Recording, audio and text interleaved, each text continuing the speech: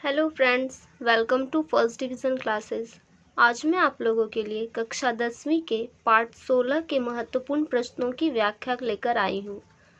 तो चलिए देखते हैं पाठ 16 है क्या और इनके लेखक कौन है। पाठ 16 का नाम है नौबत खाने में इबादत। पाठ 16 में दिया गया है नौबत खाने में इबादत और इसके लेखक हैं यतीन्द्र मिश्र।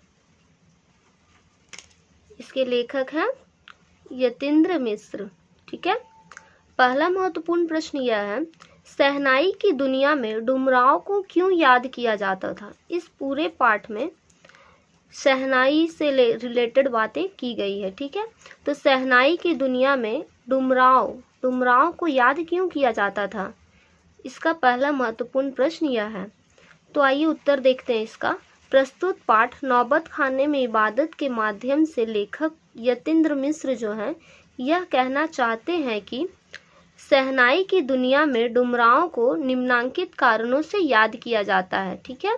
क्या कारण है, तो निम्नांकित कारण है। पहला क्या है पॉइंट, डुमराव विश्व प्रसिद्ध शहनाई वादक बिस्मिल्लाह खां की जन्मभूमि थी। बिस्मिल्लाह खां जो है पूरा विश्व में प्रसिद्ध थे शहनाई बजाने के लिए। ठीक है। उनकी जन्मभूमि कहाँ है, डुमराव में थी। उनकी जन्मभूमि कहाँ थी, डुमराव में थी। इसलिए भी डुमराव को शहनाई की दुनिया में याद किया जाता है।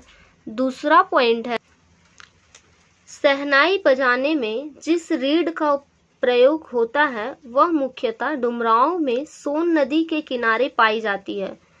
अब जब शहनाई जो वाद्य यंत्र है उसको बजाने के लिए रीड का उपयोग किया जाता है।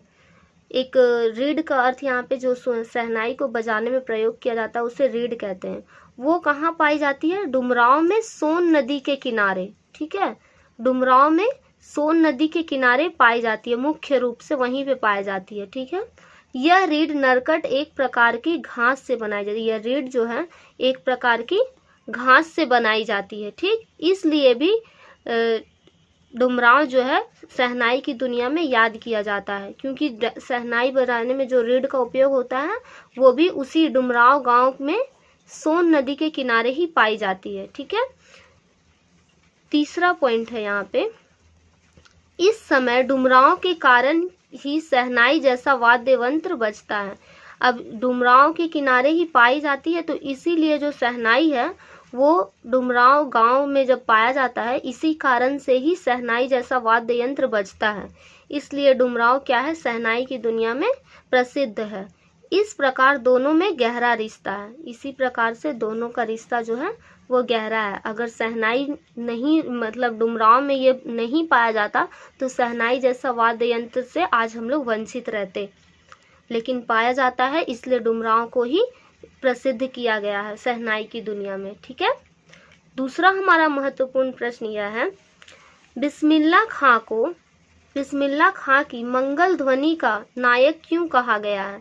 बिस्मिल्लाह खां को मंगल ध्वनि का नायक क्यों कहा गया है, तो इसलिए कहा गया क्योंकि वो बहुत अच्छा शहनाई बजाते हैं। बिस्मिल्लाह खां को शहनाई की मंगल ध्वनि का नायक कहा जाता है। क्यों कहा जाता है, ये देखते हैं। शहनाई मंगल ध्वनि का वाद्य यंत्र है। शहनाई अक्सर शादियों में बजाया जाता है या फिर जहाँ मंगल कार्य किया जाता है, मतलब शुभ कार्य जहाँ किया जाता है वहाँ पे शहनाई बजाया जाता है। ठीक है। तो इसलिए शहनाई को मंगल ध्वनि का वाद्य यंत्र भी कहते हैं। वाद्य भारत में जितने भी शहनाई वादक हुए हैं उनमें बिस्मिल्लाह खां का नाम सबसे ऊपर है। मतलब कि पूरा विश्व में जो शहनाई बजाने में बोला जाए तो बिस्मिल्लाह खां जो थे वो सबसे ऊपर थे। उनका नाम सबसे पहले लिया जाता था क्योंकि उनसे अच्छा कोई भी शहनाई वाद्य नहीं बजाता था। उनसे बढ़कर सुरीला शहनाई वादक और कोई नहीं हुआ, इसलिए उन्हें शहनाई की मंगल ध्वनि का नायक कहा जाता है। ये समझ में आ गया होगा आप लोगों को, क्योंकि बिस्मिल्लाह खां से अच्छा, मैंने आप लोगों को पहले ही भी बताया कि बिस्मिल्लाह खां से अच्छा कोई भी शहनाई वादक नहीं था, इसलिए उन्हें शहनाई में मंगल ध्वनि का नायक कहा जाता था। ठीक है। आशा है आप लोगों को ये दोनों प्रश्न अच्छे से समझ में आ गए होंगे और इनके उत्तर भी। तो अपनी अगले पाठ के महत्वपूर्ण प्रश्नों को मैं अपने नेक्स्ट वीडियो में लेकर आऊँगी। धन्यवाद।